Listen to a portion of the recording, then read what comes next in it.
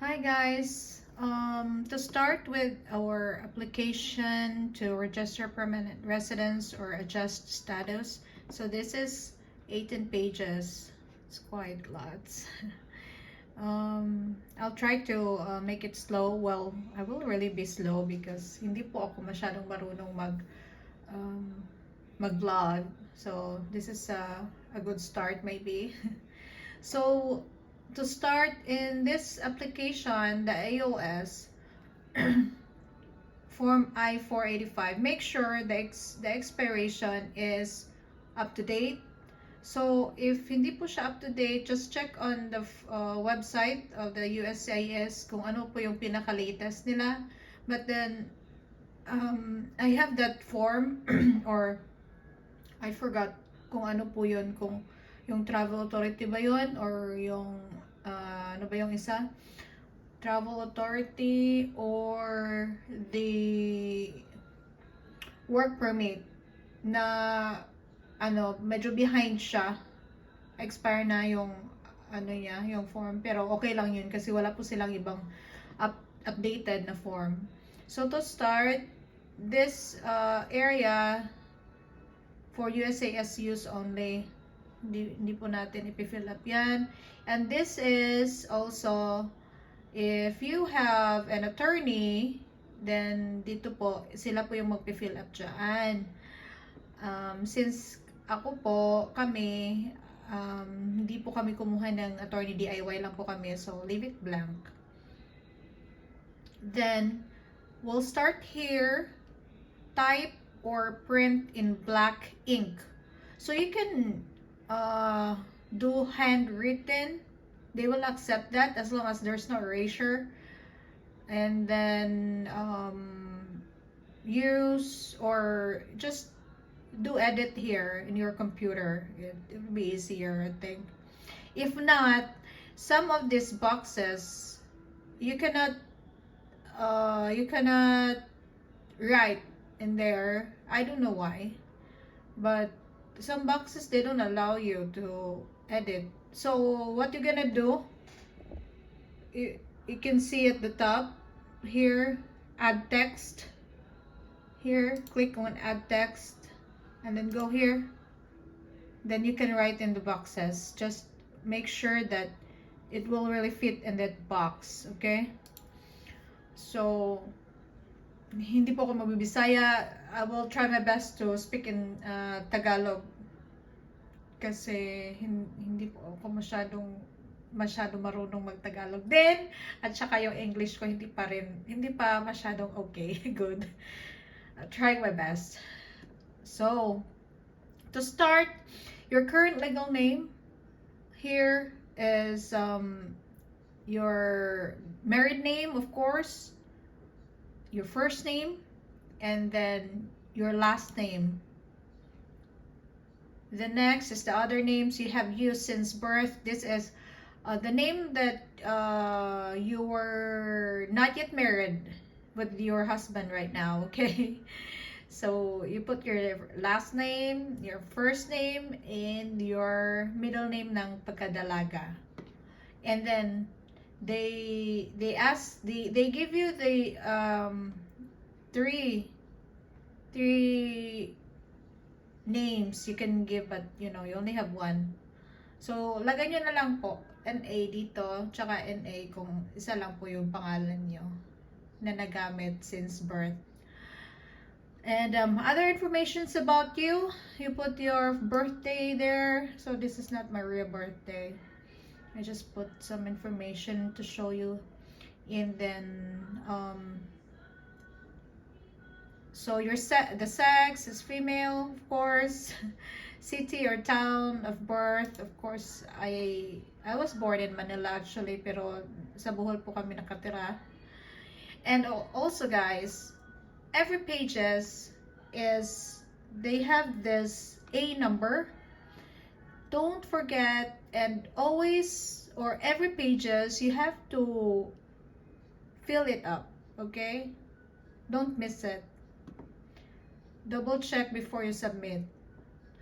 And Okay, as we continue, Part 1, information about you, persons applying for lawful permanent residence, country of birth, Philippines, country of citizenship or nationality, Philippines, alien registration number.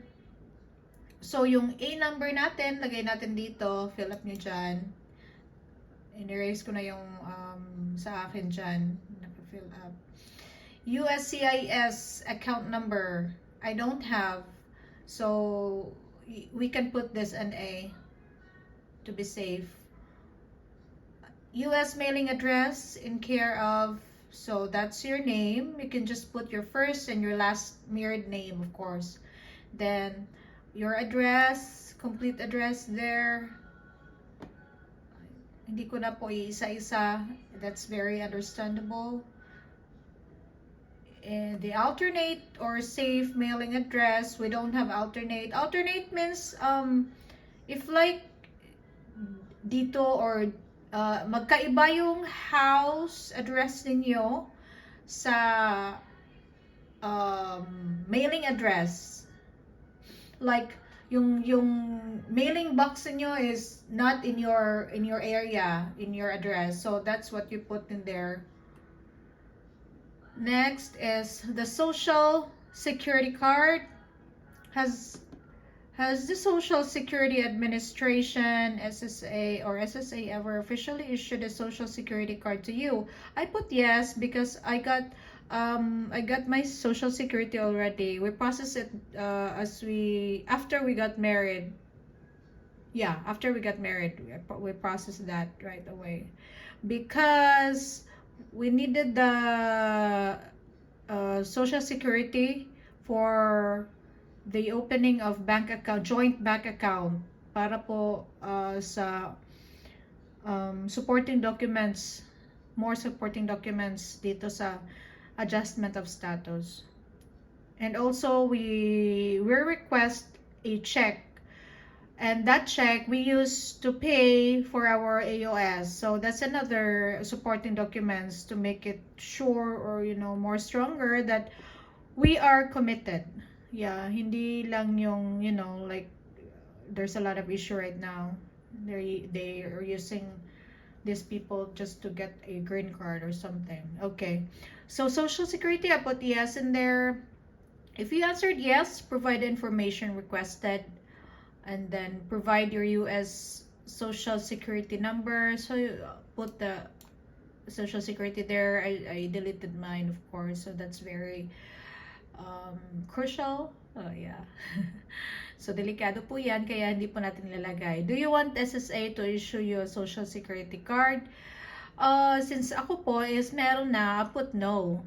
And then if you want, then you can put yes. If you want this, the SSA will provide you in that. So I don't know how long they can give you that Social Security card. For me, my Social Security, I applied it like I got my card in 2 weeks time. Yeah. Consent for disclosure. Authorized disclosure of information from this application to the SSA as required for the purpose of assigning me an SSN and issuing me a Social Security card. So I put no because I don't want them to issue me any additional Social Security card, of course. Then recent immigration history. Here we go. Provide information for item 18 to 24 if you last entered the United States using a passport or travel document. So passport number used at last arrival. So yun po yung passport na ginamit niyo pagpasok niyo ng United States. Kapag yung passport niyo nag-expired na, baka pumalito kayo, yung passport na ginamit ninyo or dahil nag-renew kayo dito, hindi po yung bago yung ilalagay ninyo. Yun po yung ilalagay ninyo dito, yung ginamit nyo pagpasok nyo ng United States. So I hope hindi kayo nalito. Hindi ako masyado marunong mag-Tagalogs. So, travel document number used at last arrival. Ito po, yung makikita nyo sa visa visa page. So, meron pong naka-red dyan, naka-red na ink. Ipapakita ko po sa inyo mamaya yon. Yun po yung ilalagay nyo dyan na nasa lower right po siya. Ano po siya? 2, 4, 6, 8 digit po yan. Yan po yung ilalagay ninyo. Tapos, open and close parenthesis K1 visa. Kasi K1 po tayo para naka-indicate yung anong visa yung gamit natin. Expiration date of this passport or travel document is you put your expiration date ng passport ninyo, of course. Country that issued this passport, Philippines. Non-immigrant visa number from this passport is yung same po ng travel document na visa number po ninyo, yung naka-red, nasa lower right ng visa page. And then place of last arrival into the United States. So kami po nag-enter kami sa Los Angeles, California. Andun po namin hinand out yung aming yellow packet. Yeah. So you put state there, and then date of last arrival. Dyan. Then next page, and page 3, don't forget the A number. Then information about you, person applying for lawful permanent residence to be continued. When I last arrived in the United States, this will be the box that you're gonna fill it up. And this was inspected at the port of entry and admitted as, for example, exchange visitor waived through temporary worker student. Then lagay nyo po sa box K1 visa holder. Then the next box, just put NA. Okay? Then move on tayo. If you were issued a form I-94 arrival, departure record number. Form I-94 arrival, departure record number. You put your number there. I believe that you already know what's the form I-94. You can generate this in the USCIS page. That's after you get here in US. Expiration date of authorized stay shown on form I-94. So, may expiration date po doon. I-check nyo po. Yun po yung lalagay nyo dito. Status on form I-94. Yun po yung K1 visa holder po tayo.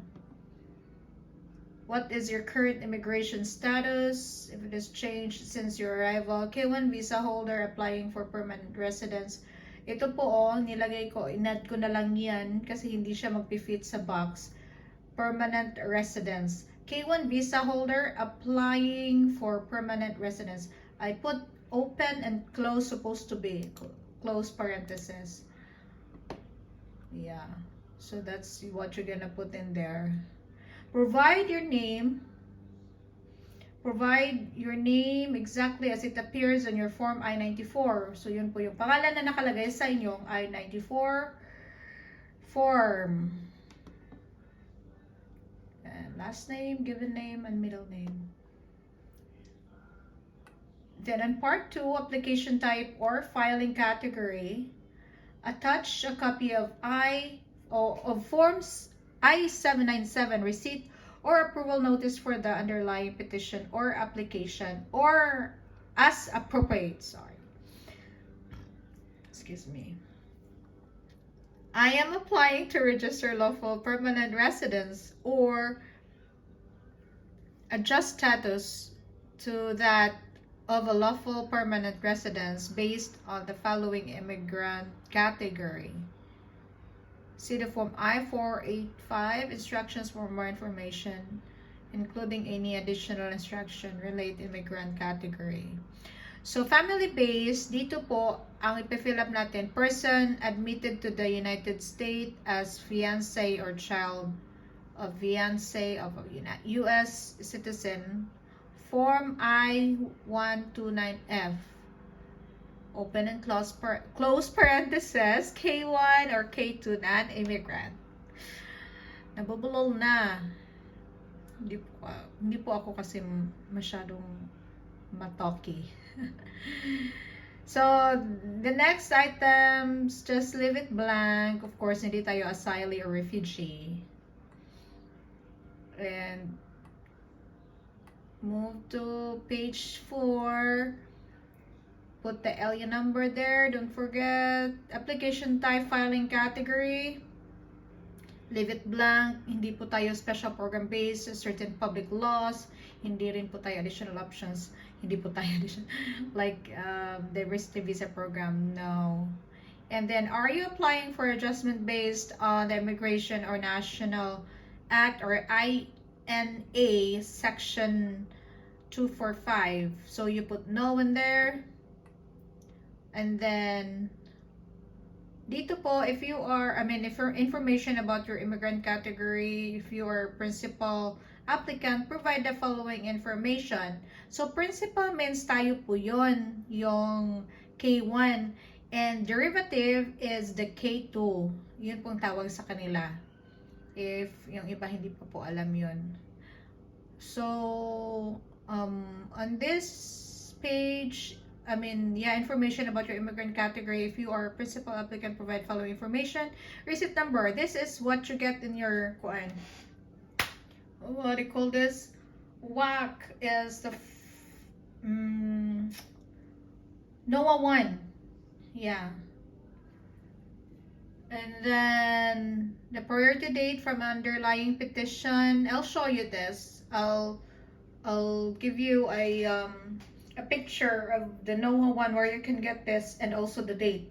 Medyo, nung pag-fill up ko dito, medyo nalito po ako kung anong lalagay ko. So, I'll show you where did I get the priority date, underlying petition, okay? If you're a derivative, child 21 years old, principal, provide the following information for the principal applicant. Principal applicant's name, just put NA there. Because it says if you are a derivative applicant, the spouse or unmarried child under 21 years old of age of principal applicant, provide the following information, the principal applicant. That's po, NA po yan. NA. Additional information about you. So, have you ever applied for immigrant visa to obtain permanent resident status at U.S. Embassy or U.S. Consulate abroad? So, I put no, of course. Location, U.S. Embassy or U.S. Consulate. Just fill it up. NA, NA, and NA. So, for page 5, always, fill up the A number, every pages. Lagi po nating sinasabi yan. Additional information about you, address history. So, ito po is yung address niyo dito sa US. Diyan, fill up nyo yan. Country, USA. Lagay nyo po dito yung dates of residence. Yung pagdating nyo po ng US, ito po, until you put present. And then the physical address, just put an A. Date of residence. Then dito, provide your most recent address outside the United States where you live for more than 1 year, if not already listed above. So dito is nilagay ko yung address ko sa Pilipinas, kung saan po ako nakatira. So, yan. Taga-Bohol po ako, Bisaya. Country, Philippines, then date of residence. Yan. Until yung umalis po kayo ng Pilipinas. And then employment history, not really sure if, yeah, it is. I think this is necessary, but it's not necessary to fill out all of the form. But For me, nilagay ko na lang yung mga work experience ko. Yeah, employment history. Yan, fill up niyo yan. Then the next page, 6, A number, don't forget. And then additional information about you. This is the continue form of your employment history. Yeah, okay, continue yan hanggang dito. And then we go to part 4, information about your parents. Information about your parent 1 is my father. Parents 1, legal name, last name ng father ninyo, given name, tsaka middle name niya. Then you don't have to put the same here, you just put same above. Then birthday niya, then put the sex, and then town and country.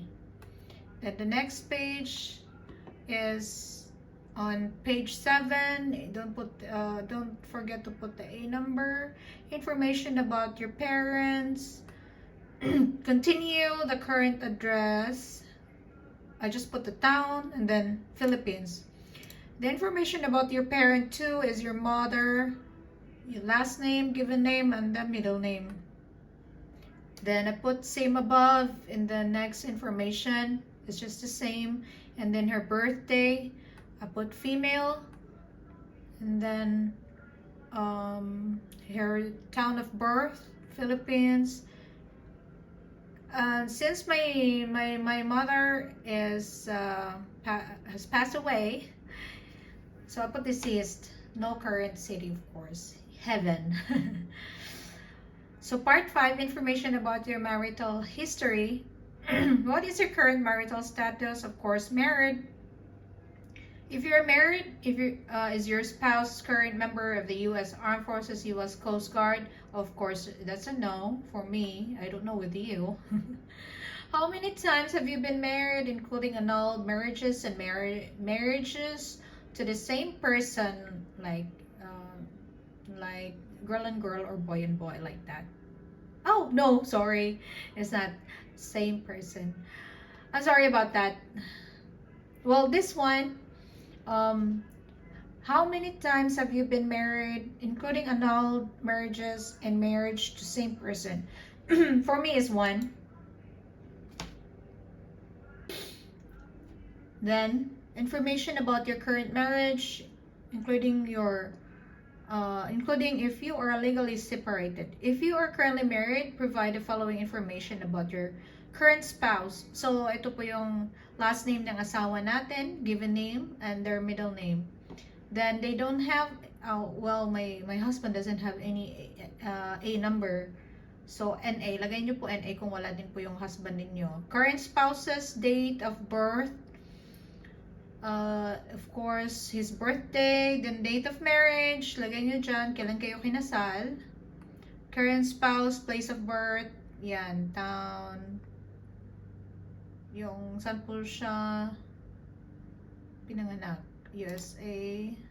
Place of marriage, your current spouse, so saan po kayo kinasal ng asawa nyo, tapos state, and then country. If your current spouse applying with you, of course no. Put no in there. The next page is page 8, A number. That's leave it blank. No, don't forget. So for page 8, don't forget to fill up A number here. Then part 5, information about your marital history, continue. Information about your prior marriage. Of course, I was not married before, so I put an A there, an A. If you were married before, then you can fill it up. Place of marriage, so I put an A. Then part 6, information about your children. Ito na po, kasi may K2 tayo, or ako. Indicate the total number of all living children, including adult sons and daughters that you have. So the term children includes all biological or legally adopted children, as well as current stepchildren of any age, whether born in the United States or other countries, married or unmarried, living with you or elsewhere, and includes any missing children and those born to you outside of marriage. So, yung anak ko po is from Philippines. I put 1. Yeah, so provide information for each of your children. If you have more than 3 children, use the space provided. So, by the way, ito po is this information is only refers to the children of the K1, okay? It only refers to the K1's children, okay? So provide the following information for each of the children. If you have more than 3 children, use the space provided in the part 14. That's in the last part. They provided you more space there. So child 1, I put there my last name of my son, given name. So my son has 2 names. So I just put his name here, the 2 names. He doesn't have middle name because I am a single mom. Yeah, so just put the last name and the given name. So dito iba sila, no, yung middle name nila, pero hindi ko sinunod yung middle name ng US. I still put this, it's his same first name ng anak ko yun. Yeah, so our K2 doesn't have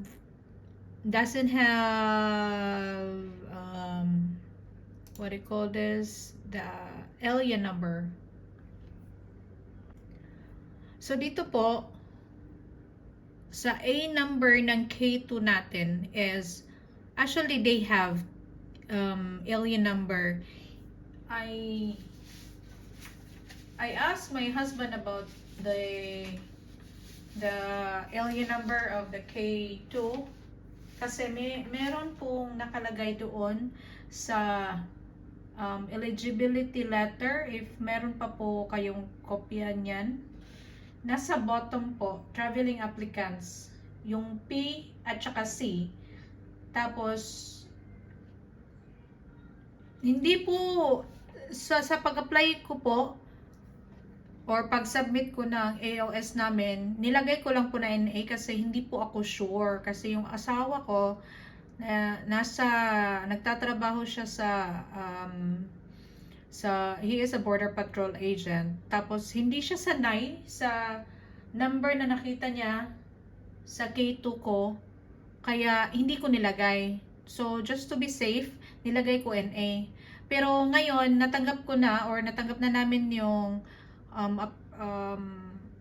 NOAA 1 namin. So nilagay na ng USCIS na yung alien number ng K2 is nasa eligibility letter po. Okay? I'll show you that later. Okay, so date of birth, lagay nyo po dyan date of birth ng anak nyo, country of birth. Tapos, is this child applying with you? Of course, yes, kasi kasabayan po kaming nag-apply. Current legal name, you put NA ng child 2 po yan. Kung dalawa yung anak nyo, sige, fill up nyo yan. Pero, isa lang yung anak ko, kaya isa lang. Nilagay ko dyan. Tapos, A number, yan, NA sa akin, of course. Then, the next page, and page 9, dito po, LE number, always fill it up. Part 6, information about your children, the child 3, put NA there. Part 7, biographic information, ito. So, ethnicity, of course, not Hispanic or Latino. Then they will ask the race, of course, Asian. Then the height, you put your height there, weight, and then the eye color. They say that there is no such color as black eye. So you put brown, okay? Hair color, ako po is black. Then part 8, general eligibility and inadmissibility grounds. Have you ever been member of involved or any of this associated with organization, fund, foundation, party, club, society, or a similar group in the United States? or any there. So sa part A, general eligibility and inadmissibility grounds. So that here is the question: have you ever been a member of, involved in, or in any way associated with any organization, association, fund, foundation, party, club, society, or a similar group in the United States or any other location in the world, including any military service? Of course, that's a no. So if yes, of course, you will fill up your name of organization there. So I put an A, of course, because that's a no. So the following questions po, then I put an A. The following questions are mostly answered in no. Yeah, unless you did or you have different answer, but it's mostly no. If you will read it one by one, yeah, I don't have to read it one by one for you guys, because that's easy for you to answer na. So I just want to make this video to guide you about some of the information, or yung confusion ninyo about how to fill this up. So ito po, don't forget this. Then part 8, this is a continue of the general eligibility and inadmissibility grounds. So just put an A there. And then most, as what I have said, the next items will be mostly answered no. Then it's a criminal, the next, ito po. Then the next one is criminal acts and violations. So, kung may nagawa kayong krimen, ilagay nyo dyan, yes. So, you can put no in there to make your time more fun. So, dito po, put your alien number. Every pages, put alien number. Don't forget that. Ayan, I put no. On 11th page na tayo. On 12th page, that is just the same. You can read all of that. I don't have to read that for you one by one kasi gutom na po ako. So put no in there for page 13, then page 14. Alien number, don't forget. It's still continue, and then here, removal, unlawful presence, or illegal re-entry after previous immigration violations. Kung may ano na ba kayo ng illegal entry before, or alam nyo na yan, basahin nyo na lang po. Miscellaneous conduct. Do you plan to practice polygamy in the United States? Of course, it's a no. So, lagay nyo po dyan. It's very explanatory items. So, the next item is on page 15. On page 15, alien number there. Accommodation for individuals with disability or impairments. So, dito po is, are you requesting accommodation because of your disability or impairments? That's a no. If you answered yes for item number 1, select any applicable. Provide answer. Ako po is may lupus po ako. So dito sa 2C nilagay ko po X dyan, tapos dito yung C, nakikita nyo yan, hindi nila ina-allowed na magsulat kayo dyan. Pero kung hindi kayo marunong mag-add text, is pwede nyo yan i-handwritten, okay? So, yan po, nilagay ko, fill up ko, lupus erythematosus. But so far, I'm okay. Part 10, applicant statement, contact information, declaration, certification, and signature. Here we go. We're almost done here. Applicant statement, of course, you put here, I can read and understand English, and I have read and understand every question and instruction in this application and my answer to every question. And the next here, you put an A. Of course, you have no interpreter. Then here, leave it blank. Then applicant's contact information.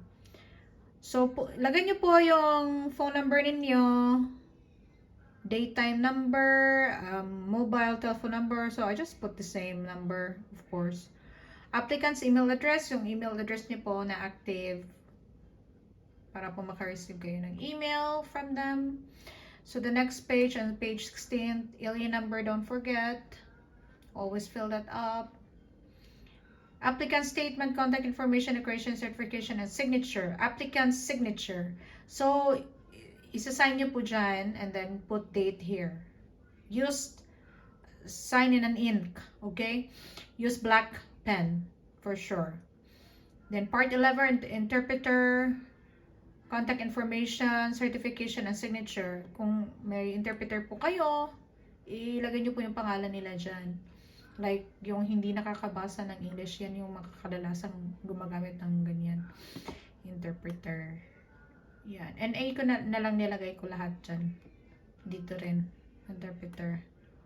Dito. Dyan. And then, preparer's full name. Yan. Kung may preparer kayong, gumawa ng form ninyo. Then the next page 7 or 17th rather, alien number, don't forget. Then dito po part 12, contact information, declaration, and signature of the person preparing this application if other than applicant. So preparer's mailing address, that's NA for the preparer's contact information. So ito, magagamit nyo yan sa K2 ninyo kasi yung mother or si K1 yung nagpe-prepare. So si K1 yung pangalan or address ilalagay nyo dyan. NA dito po, dyan. Signature at interview, dyan po is USAS na po yan. Pag interview na sila, doon na po yan. So part 14, this is the space, still po, ito lang po yung i-fill up ninyo ha, yung alien number. Pero dito, additional information, ito po yung extra page kung kailangan po ninyo ng more space. Kaya po ginawa yan dyan. So that's all for the I-485 adjustment status.